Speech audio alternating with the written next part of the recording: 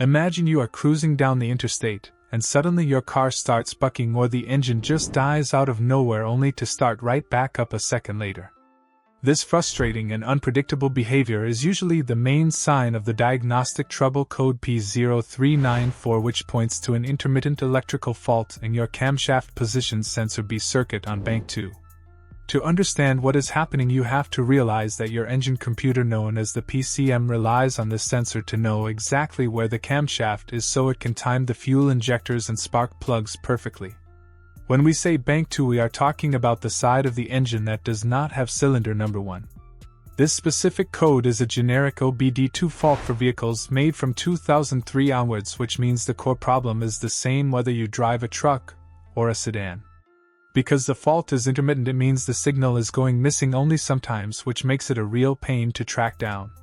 You might see your check engine light pop on and off or feel the car surge while you are trying to maintain a steady speed.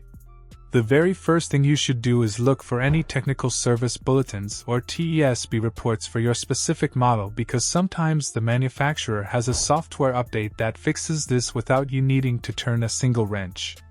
If there is no update, you need to get under the hood and find the camshaft and crankshaft sensors to check the wiring for any signs of rubbing or melted plastic from engine heat.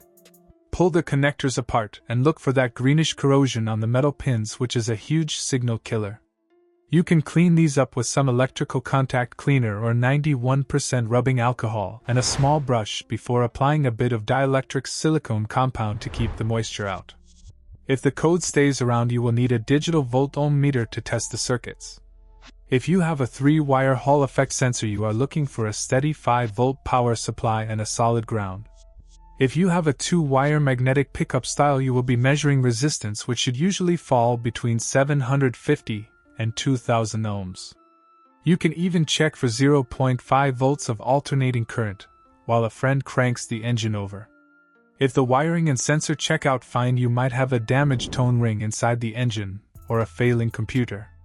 This is the point where you should probably head to a master technician, because digging into the deep electrical timing of a modern engine can get complicated fast, and you do not want to risk being stranded on the side of the road.